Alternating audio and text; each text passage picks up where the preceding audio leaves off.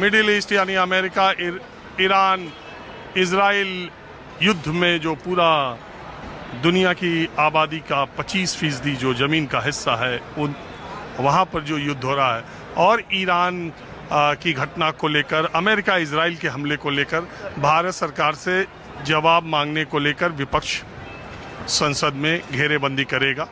वैसा ही हुआ भी। 9 करोड़ रुपए रोज संसद लोकसभा की कार्यवाही में हमारे और आपकी जेब का पैसा खर्च होता है।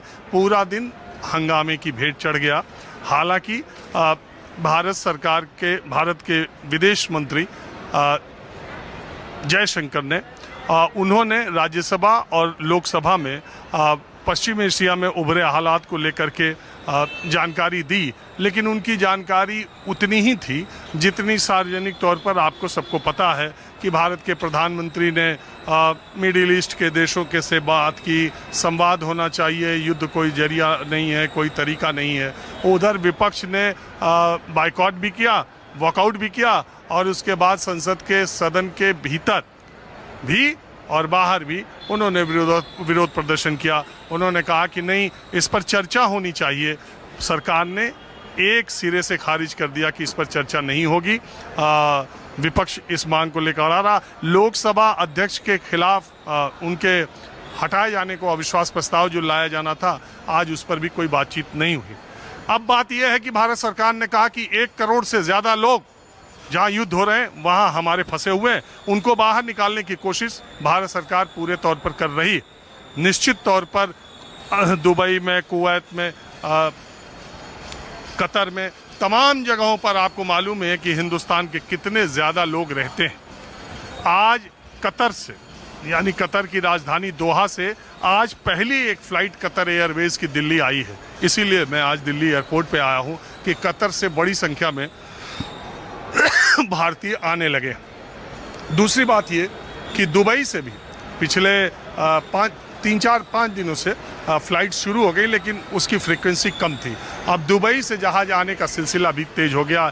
मैं इसलिए भी आया हूँ कि आज अभी मेरे आने के समय 2 फ़्लाइट दुबई से आ रही हैं, ये जानने के लिए कि हमारे देश के जो लोग इन जगहों पर फंसे थे वो जब मुल्क वापस आ रहे हैं तो उनके चेहरे पर किस तरह की हंसी खुशी और संतोष का भाव है और माहौल क्या है, ये भी जानने के लिए। और एक बात और कि यकीन मानिए कि इसमें कोई दो राय नहीं कि देश में युद्धोन्माद का जो मामला टीवी चैनलों ने फैलाया था और जिसकी वजह से भारत सरकार को टीवी चैनलों की रेटिंग के लिए 4 हफ्ते के लिए रोक दिया भारत सरकार ने कि अब टीआरपी 4 हफ्ते तक नहीं आएगी, उसके बाद देखा जाएगा। क्योंकि भारत सरकार का निर्देश ये था इंफॉर्मेशन सूचना प्रसारण मंत्रालय का कि कुछ चैनलों ने बहुत ही गैर जिम्मेदाराना तरह के रिपोर्ट या खबरें दी हैं।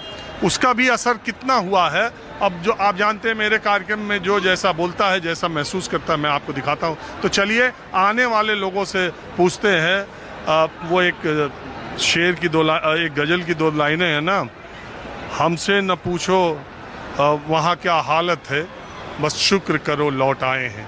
तो जो लोग लौट आए हैं वो क्या सोचते हैं, ये जानने की कोशिश करते हैं। माहौल क्या है, मैं आज यही देखिए।